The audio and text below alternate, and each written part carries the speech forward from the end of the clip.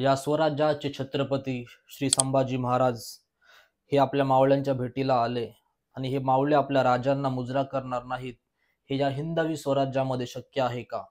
आणि झाले सुद्धा असेच. छावा आला आणि या स्वराज्यामध्ये झोपलेल्या लाखो मावळ्यांना जागे करून गेला. छत्रपती संभाजी महाराजांनी आपल्या 9 वर्षाच्या कारकिर्दीमध्ये 120हून अधिक लढाया जिंकल्या. तसेच घरातल्याच काही गद्दारांनी छोट्या मोठ्या जमिनीच्या तुकड्यासाठी कसा माझ्या राजांचा घात केला हे अतिशय उत्कृष्टपणे छावा या चित्रपटामध्ये दाखवण्यात आलं आहे.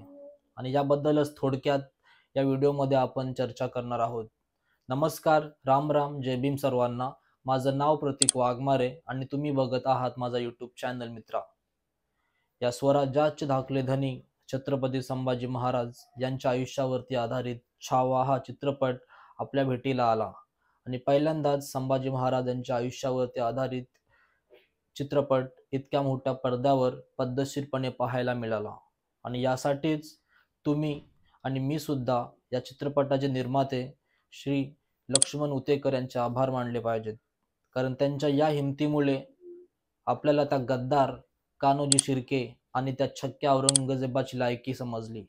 तसेच कसा आपला राजा जीवनाच्या शेवटच्या क्षणापर्यंत त्या औरंगजेबासमोर उर्फ त्या छक्क्यासमोर झुकला नाही हे आपल्याला पाहायला मिळाले. छत्रपती संभाजी महाराजांनी आपल्या 9 वर्षाच्या कारकिर्दीमध्ये 125 लढाया जिंकल्या. एक राजा, एक मुलगा, एक पती म्हणून आपला राजा कसा होता हे जर तुम्हाला समजून घ्यायचे असेल तर तुम्हाला नक्कीच छावा हा चित्रपट पाहण्याची खूप गरज आहे. स्वराज्याच्या मावळ्यांनो, खरंच सांगतो, हे बोलताना अक्षरशः डोळ्यातून पाणी येते. मी स्वतः काल मूवी बघितला.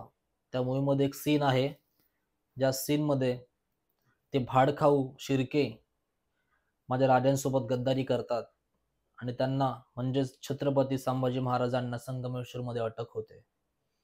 जेव्हा माझे राजे औरंगजेबाच्या कैदेमध्ये असतात तेव्हा औरंगजेबाची एक इच्छा असते की त्यांना छत्रपती संभाजी महाराजांच्या ओरडण्याचा, किंकाळण्याचा आवाज ऐकायचा असतो. आणि ही इच्छा पूर्ण करण्यासाठी तो छक्का खूप प्रयत्न करतो. माझ्या राजांचे नखे काढतो, माझ्या राजांच्या डोळ्यामध्ये तापत्या सळ्या टाकतो, माझ्या राजांच्या जखमेवरती नमक चोळतो, पण माझे राजे काही झुकले नाहीत. हे सर्व यातना सहन करताना त्यांच्या तोंडातून एकच शब्द निघाला, तो म्हणजे जगदंब. पण माझ्या राजांनी त्या औरंगजेबाची इच्छा पूर्ण होऊन दिली नाही आणि तो छक्का, तो औरंगजेब तसाच मेला. हा चित्रपट बघितल्यावर तुम्हाला समजेल काय आहे छत्रपती संभाजी महाराजांच्या शौर्याची गाथा.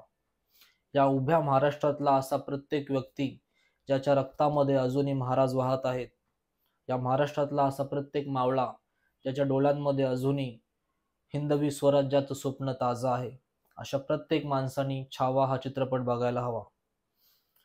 मी सुद्धा काल रात्री हा चित्रपट बघितला मित्रांनो. खरं सांगतो, शेवटच्या अर्ध्या तासामध्ये तुम्हाला रडू येईल.